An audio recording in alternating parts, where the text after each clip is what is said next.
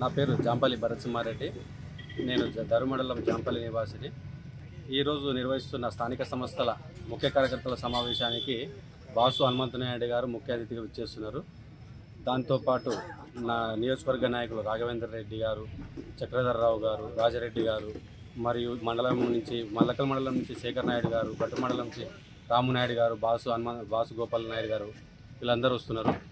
ఈ ఒక్క మండలమే కాకుండా ప్రతి నియోజకవర్గంలో ప్రతి మండలం ప్రతి గ్రామం నుంచి కేసీఆర్ రావాలని కోరుకుంటున్నారు.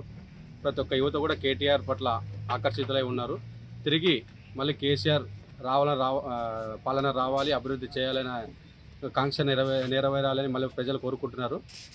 కనుక మాకు కూడా ఉండే ప్రధాన లక్ష్యం ఏంటంటే గద్వాల నియోజకవర్గం నుంచి మళ్ళొకసారి గులాబీ జెండా ఎగరేయాలి, హ్యాట్రిక్గా నమోదు చేయాలనేది మా కోరిక.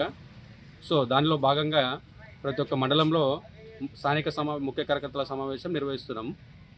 ఇదివరకు గట్టు మండలం చాలా బ్రహ్మాండంగా అయ్యింది, మల్లకల్ మండలం చాలా బ్రహ్మాండంగా అయింది. అలాగే మా ధర్మమండలంలో కూడా బ్రహ్మాండంగా కాబోతుందని మేము అనుకుంటున్నాము.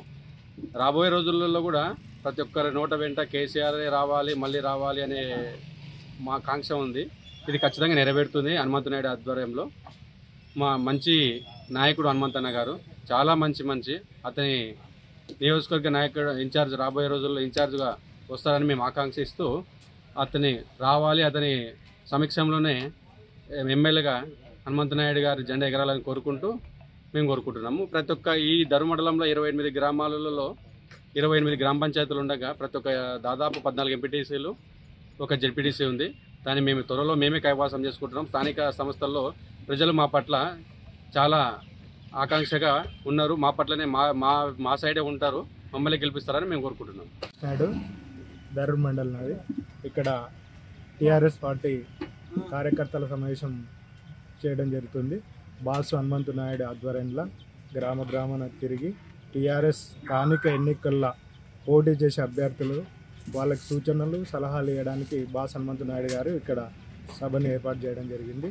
దీనికి మా 28 గ్రామ పంచాయతీల నుంచి ఒక్కొక్క గ్రామ పంచాయతీలో ముఖ్యమైన నాయకులను మాత్రమే ఇక్కడ పిలవడం జరిగింది.